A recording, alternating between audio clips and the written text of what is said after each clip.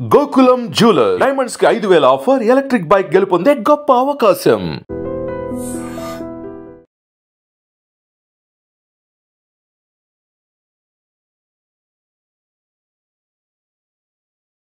నమస్తే, welcome to I dream social spotlight with Kavitha. మేఘాలయలో రాజా రఘువంశీ హత్య తర్వాత హనీమూన్ ట్రాప్ అనే ఒక అంశం వెలుగులోకి వచ్చింది. అందులో భార్య సోనమే డబ్బులిచ్చి మరీ లవర్ని ఎంకరేజ్ చేసింది, కొంతమందికి రాయి హంతకుల్ని పెట్టుకొని చంపించింది అని తెలిసిన తర్వాత ఇప్పుడు సరికొత్తగా విభిన్నమైనటువంటి అంశాలు కూడా తెర మీదకి వస్తున్నాయి. ఒక్కొక్కటిగా పోలీసులు రివీల్ చేస్తున్నప్పుడు సోనం చివరికైతే కన్ఫెస్ అయింది, తనే హత్య చేయించినట్టుగా చెప్పింది. యాక్చువల్గా ఇందులో తప్పు ఎవరిది కనిపిస్తోంది? ఏ కోణంలో ఈ హోల్ ఎపిసోడ్ని చూడాల్సినటువంటి అవసరం ఉంది? మనతో పాటుగా ఉన్నారు సోషల్ యాక్టివిస్ట్ కృష్ణకుమారి గారు. అమ్మ నమస్కారం. నమస్తే. ఇంత ఇన్సిడెంట్ జరిగింది, ఒక పెళ్లి తర్వాత హనీమూన్, ఆ తర్వాత హత్య, ఇవన్నీ అనుకున్నారు. ఆ తర్వాత వెలుగులోకి వచ్చింది లేదు తనకు ఒక లవర్ ఉన్నాడు, తనే చేయించింది అనేది. మొన్నటిదాకా తను యాక్సెప్ట్ చేయలేదు, ఇంకెవరో దొంగతనం చేయడానికి వచ్చారు. ఏవో బోల్డ్ అన్ని కథలు వచ్చాయి. మధ్యప్రదేశ్ నుంచి మేఘాలయ నుంచి ఉత్తరప్రదేశ్, తర్వాత ఒక్కొక్కటిగా బయటకు వస్తున్నాయి. మొత్తంగా చూస్తే అసలు బీజం అనేది ఎక్కడుందనిపిస్తుందమ్మా మీకు? ఆ కుటుంబంలోనే ఉందనిపిస్తుంది. ఇప్పుడు ఆమెకి ఒక లవర్ ఉన్నాడనేది బయటకు వచ్చింది. ఈ లవర్ ఉన్న విషయం ఇంట్లో వాళ్ళకి చెప్పుండదా ఈ అమ్మాయి? చెప్తే అతను మన కులం కాదనో మన అంతస్తు కాదనో మన దగ్గర పనిచేసేవాడనో మన మన మన సరితూగేవాడు కాదు అని ఆ అమ్మాయి నోరు మూయించి ఆ అమ్మాయికి పెళ్లి చేశారు. అలా కాకుండా ఆ అమ్మాయిని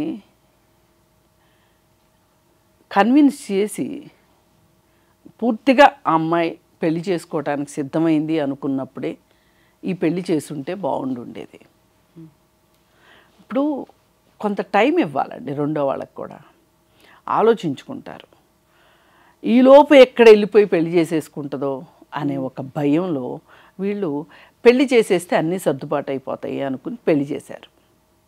అది కరెక్ట్ కాదు.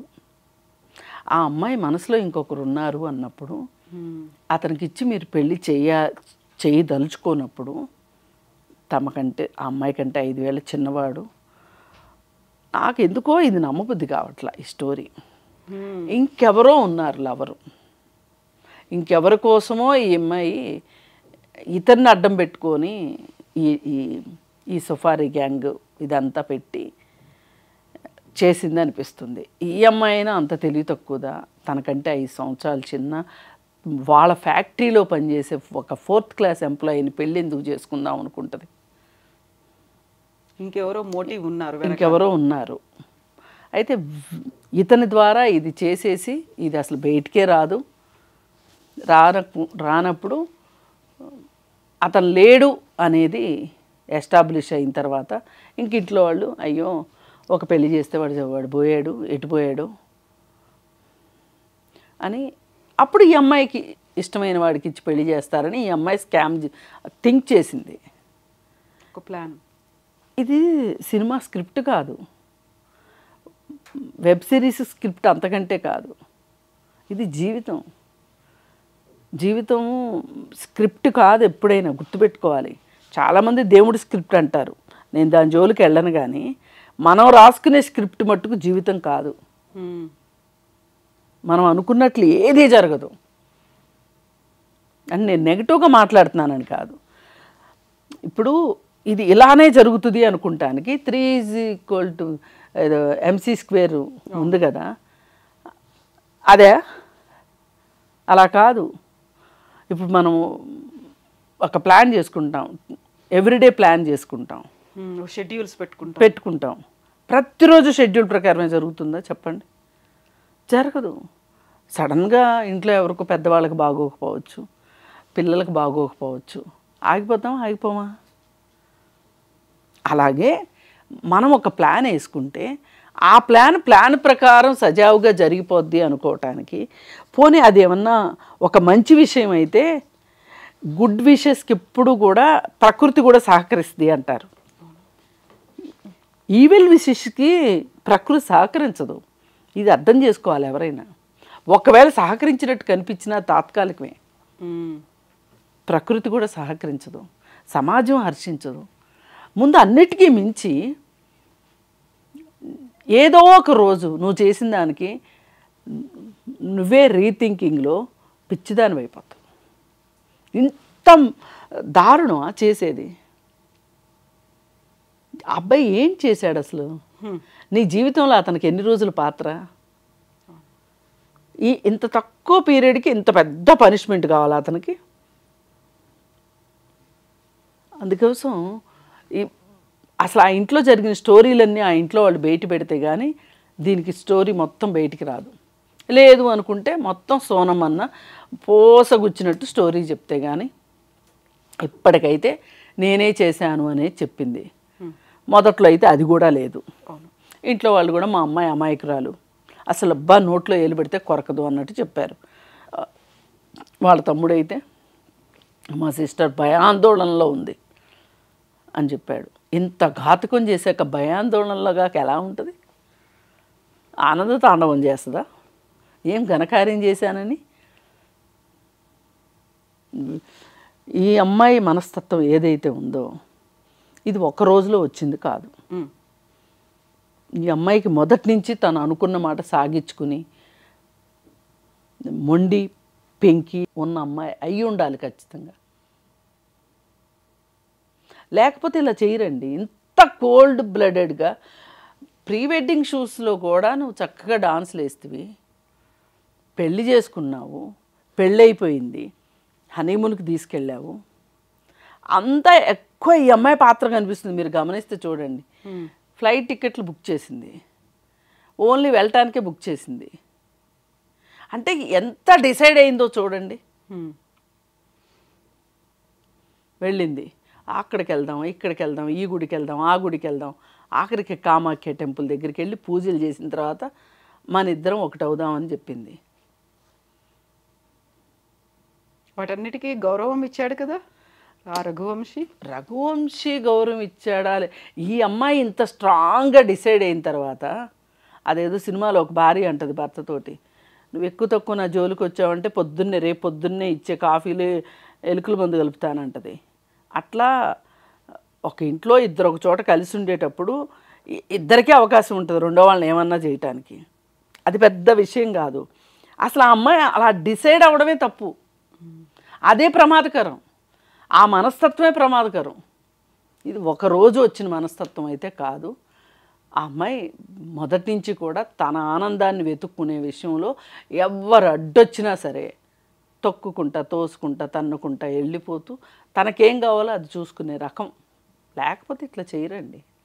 ఏముంది, సరే ఎఫ్ఐఆర్ ఉంది, అతనితో పెళ్ళి అవ్వదని అర్థమైంది, ఈ పెళ్ళి చేసేసుకుని ఇతనితో సరిగా ఉండే ఆడవాళ్ళు చాలామంది ఉన్నారు. ఎవరికి అసలు ఏ ఫ్లాష్ బ్యాక్ స్టోరీ లేకుండా మనుషులు ఉంటారా? పెళ్ళికి ముందు 1 అబార్షన్లు అయ్యి అంటే కావాలని చేయించుకుని ఆ పెళ్ళి అవ్వదు అని అర్థమైన తర్వాత పెళ్ళిళ్ళు చేసుకున్న వాళ్ళని నేను చాలామందిని చూశాను. అంటే ఎప్పుడో ఓసారి వాళ్ళ కన్ఫెషన్ స్టోరీస్లో చెప్తారు, అది కాకపోతే మాట వరుసకైనా చెప్తారు. అలా అంటే నేను అడ్జస్ట్ అవ్వమని నేను చెప్పట్లే. జీవితం ఇది. ఇంకొక వ్యక్తి నా జీవితంలోకి వచ్చారు, నేను ఈ జీవితానికి న్యాయం చేయాలా అక్కర్లేదా అనే ఒక ఇంగిత జ్ఞానం పనిచేస్తున్నట్లయితే ఆ అమ్మాయికి ఇలా చేసి ఉండేది కాదు.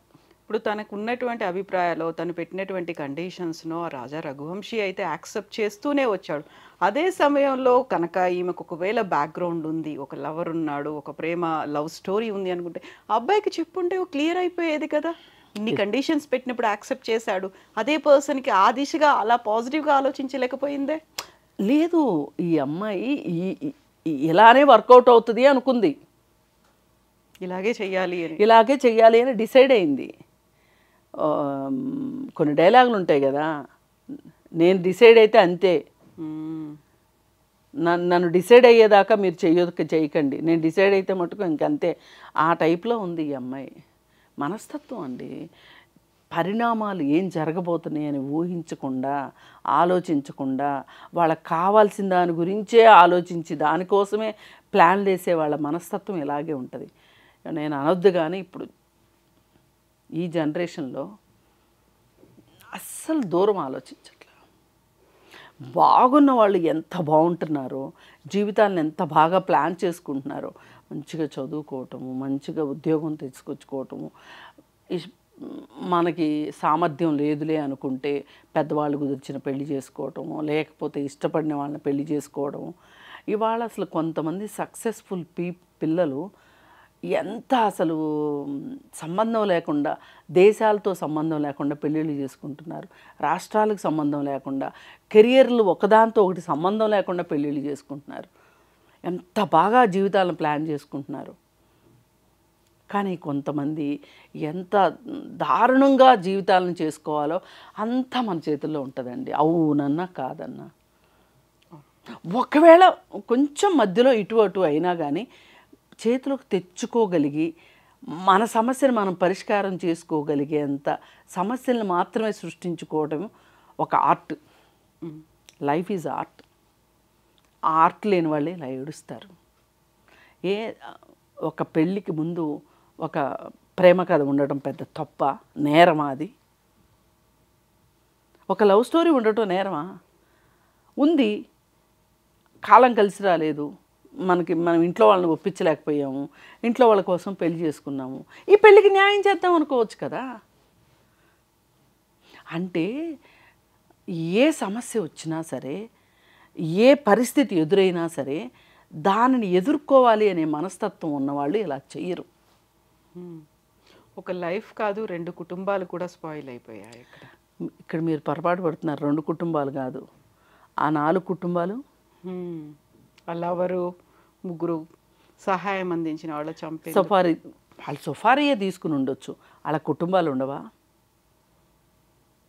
వాళ్ళు చేసింది కూడా తప్పే కావచ్చు, అయినా కుటుంబ సభ్యులు ఉన్నారుగా. ఎంతమందికి చుట్టారు ఇది? అది కూడా వాళ్ళు హత్యకు ఒప్పుకోకపోతూ ఉంటే డబ్బులు పెంచింది, వాళ్ళని కూడా ఫోర్స్ చేసింది అనేటువంటి మాటలు. ఇప్పటిదాకా 50,000 అన్నారు. నేనైతే నమ్మల. 50,000 కోసం ఎవడు చేస్తాడు?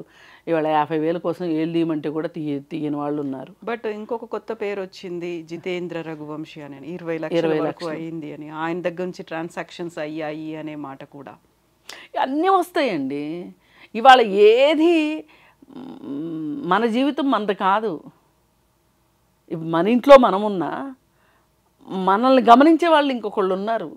టెక్నాలజీ అది, మనుషులు కాకపోవచ్చు. టెక్నాలజీ చేతిలో మనం అందరం బందీలమే. అన్నీ తెలిసిపోతాయి. మనం ఏ షాప్కి వెళ్ళాము, ఇవాళ రూపాయలతో పని తగ్గింది, అంతా డిజిటల్. ఫోను మొత్తం జాతకం బయటకు వచ్చేస్తుంది 5 నిమిషాల్లో. ఇప్పుడు మీ ఫోన్ డేటా నేను కనుక్కోలేకపోవచ్చు, కానీ ఒక పోలీస్ కనుక్కోగలరుగా, తెలుస్తుంది కదా. ఇప్పుడు మీరు లాక్ వేయచ్చు, మీ ఇంట్లో వాళ్ళు చూడలేకపోవచ్చు, కానీ ఏదైనా ఒక తేడా వస్తే పోలీస్ చూడగలరుగా. అది ఇప్పుడు మనం ఉన్నా మనం లేకపోయినా మన పేరు ఒక గౌరవప్రదంగా మన ముందో మన తర్వాతో ఒక గౌరవం ఉండాలి అనుకుంటే ఇలాంటి దుర్మార్గాలు, దారుణాలు చేయాల్సిన అవసరం లేదు. అలాంటి మెచ్యూరిటీ ఉంటాయి ఇలాంటి సంఘటనలు జరగవు. కానీ పెద్ద పెద్దవి ఆలోచించక్కర్లేదు. కానీ మనం ఒక చీమను చంపడానికి కూడా ఆలోచించే మనస్తత్వం ఉందనుకోండి, మనకి ఒక ప్రాణాన్ని తీయగలుగుతామా? ఆలోచిస్తామా లేదా? మొన్న నా ఫ్రెండు ఫేస్బుక్లో ఒక చిన్న స్టోరీ పెట్టింది. కొబ్బరి చెట్టుకి వేరు పురుగులు వస్తాయి. వేరు పురుగులు వస్తే ఆ వేరు పురుగులను చంపే ప్రాసెస్లో దానిలో ఇంకేదో జీవి దొరికింది ఆ చెట్లో.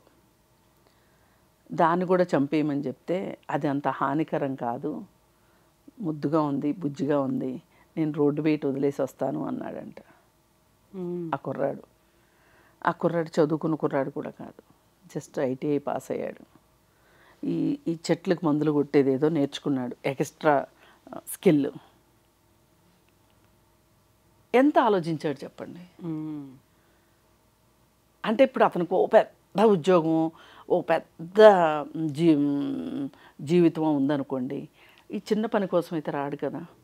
ఈ చిన్న పనికి వచ్చేవాడికి కూడా ఎంత పెద్ద మనసు ఉంది, ఆలోచన ఉంది. ఒక జీవిని అనవసరంగా చంపొద్దు. ఇప్పుడు ఈ వేరుపురుగు ఈ చెట్టుని ఇబ్బంది పెడుతుంది కాబట్టి వేరుపురుగుని చంపాం. ఇబ్బంది లేని ఒక జీవిని చంపాల్సిన అవసరం ఏంటి, దొరికింది కదా అని. ఒక చిన్న ఎలుక పిల్ల అంటే ఇప్పుడు గుర్తొచ్చింది నాకు, చూస్తే ముద్దుగా ఉంది, ఎక్కడో రోడ్ బయట వదిలేసి వచ్చాడు. ఇంతే. ఈ మనస్తత్వం ఉంటే ఒక మనిషిని చంపుతారా చెప్పండి.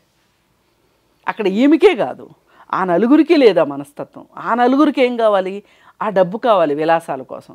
ఈవిడికి ఏం కావాలి, ఈమె కోరుకున్న జీవితం కోసం వీడు చచ్చిపోయినా పర్వాలేదు అనుకుంది, చంపాలనుకుంది. ఇది అందుకని పిల్లల్ని పెంచే విషయంలో వాళ్ళు పెద్ద పెద్ద శాస్త్రవేత్తలు అవ్వక్కర్లేదు, అమెజాన్లోనో లేకపోతే ఇంకెక్కడో గూగుల్లోనో ఉద్యోగాలు చేయక్కర్లేదు. కనీసం మనుషులుగా పెంచండి తల్లిదండ్రులు. అది చేస్తే వాళ్ళు కనీసం పక్క మనిషికి అపకారం చేయకుండా ఉంటారు. ఇది ఇలాంటి స్టోరీలు మనకి ఇది నేర్పిస్తాయి. చూసి నేర్చుకున్నామా, విని వదిలేసామా, అంతే.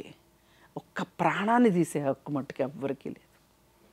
అది ఎంతో ఖర్చుతో జరిగింది పెళ్ళి, ఆడంబరంగా బాజా భజంత్రులతోటి.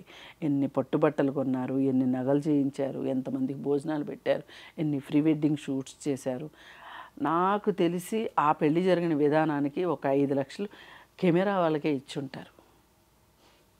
పెళ్లి ఫోటోలు ఎంత ఆడంబరంగా చేసి ఉంటారు. ఇవాళ అమ్మాయి చేతికి గోరింటాకు కూడా పోలేదు కదా పూర్తిగా. ఎలా ఒక నేరం చేయాలనిపించింది. ఒక మనిషి చచ్చిపోతే దాన్ని ఎలా జీర్ణించుకుందాం అనిపించింది. రోడ్డు మీద ఏదైనా యాక్సిడెంట్ అయితేనే మనకు చూస్తే మనకి పదే గుర్తొస్తుంది కదా. నాకు ఈ రోజుకి ఓ చిన్న పాప చనిపోయింది. పంజగుట్ట వెళ్ళే దారిలో కారులో వెళ్తోంది. ఆ టీజీఐలో మైనర్ మందు తాగి కారు నడిపితే ఒక కుటుంబం నాశనం అయిపోయింది. వాళ్ళు ఎవరో నాకు తెలియదు. ఆ రోడ్లోకి వెళ్తుంటే చాలు నాకు ఆ పాప గుర్తొస్తుంది. Rash driving. ఆ చిన్న పాప ఎంత ముద్దుగా ఉంది. ఆ పాప చనిపోయింది. ఆ పాప బాబాయ్ చనిపోయాడు. ఆ పాప తాత చనిపోయాడు. అంటే నేను ఇవన్నీ ఎందుకు చెప్తున్నానంటే ఒక ప్రాణానికి చాలా విలువ ఉంది. అది ఆ చిన్న విషయం ఆ అమ్మాయికి అర్థమయ్యి ఉంటే ఎంత పెద్ద నిర్ణయం తీసుకునేది కాదు. ఇలాంటి విపరీత మనస్తత్వం ఉండేది కాదు. విపరీత మనస్తత్వం లేకుండా విపరీత పోకడలు రావు. ఇంకెవ్వరైనా సరే మీకు లవ్ స్టోరీలు ఉంటే నెగ్గించుకోగలిగితే నెగ్గించుకోండి. లేదు అనుకుంటే తల్లిదండ్రులు కావాలే మీకు అనుకుంటే గనక తల్లిదండ్రులు చెప్పిన మాట వినదలుచుకుంటే పెళ్ళిళ్ళు చేసుకునే పెళ్ళిళ్ళలో అడ్జస్ట్ అయిపోండి. ఇవాళ 1, 2 బ్రేకప్లు లేని అమ్మాయిలు లేరు, 1, 2 బ్రేకప్లు లేని అబ్బాయిలు లేరు. ఇది ఈరోజు వాస్తవం. కాబట్టి అదేదో పెద్ద భూమి బద్దలైపోయే విషయాలు కాదు. చక్కగా లేదంటారా? మీ ప్రేమ కోసమే మీరు ఉండాలి అనుకుంటారా? మీరు ఎదిరించి బతకండి. ఏం పెద్ద కష్టం కాదు. నీకు 25 ఏళ్ళు వచ్చినాయి, ఆ మాత్రం బతకలేవా? ఎందుకు బతకలేను అనుకున్నావు నువ్వు?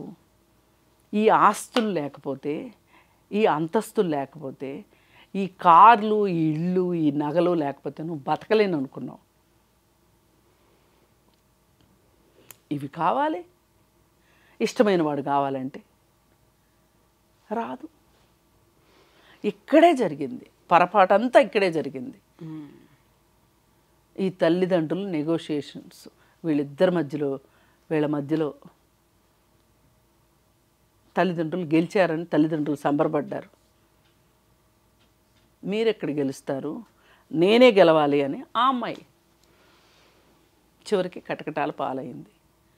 అందుకని దయచేసి నిలబెట్టుకోలేని ప్రేమల్లో మునిగి తేలకండి. నిజమైన ప్రేమ అయితే గనక కొన్నాళ్ళు వెయిట్ చేయండి.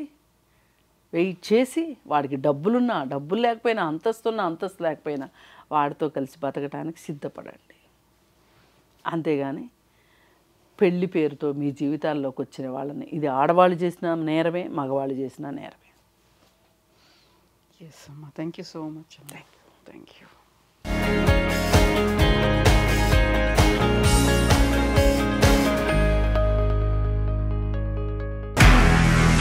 నిజంగా ప్రస్తుతం ఉన్నటువంటి సమాజం దేనికి ప్రయారిటీ ఇస్తుంది? ఆర్థిక సంబంధాల చుట్టూ మాత్రమే తిరుగుతుంది. మళ్ళీ ఎన్నికలంగానే చాలా విరక్తి కలుగుతాను. మంచి అనిపిస్తుంది కదా, లేడీస్ కూడా ఛాలెంజింగ్ జాబ్స్ చేసినప్పుడు చాలా బాగుంటది. ట్రాఫిక్ అసిస్టెంట్స్ గా నియమించిన ట్రాన్స్జెండర్స్ అందరితో సాల్యూట్ చేయించుకుంటున్నారు. ఫుడ్ డెలివరీ ఇవ్వటానికి వెళ్ళినటువంటి డెలివరీ బాయ్ అనిల్ పై కళ్ళ ముందు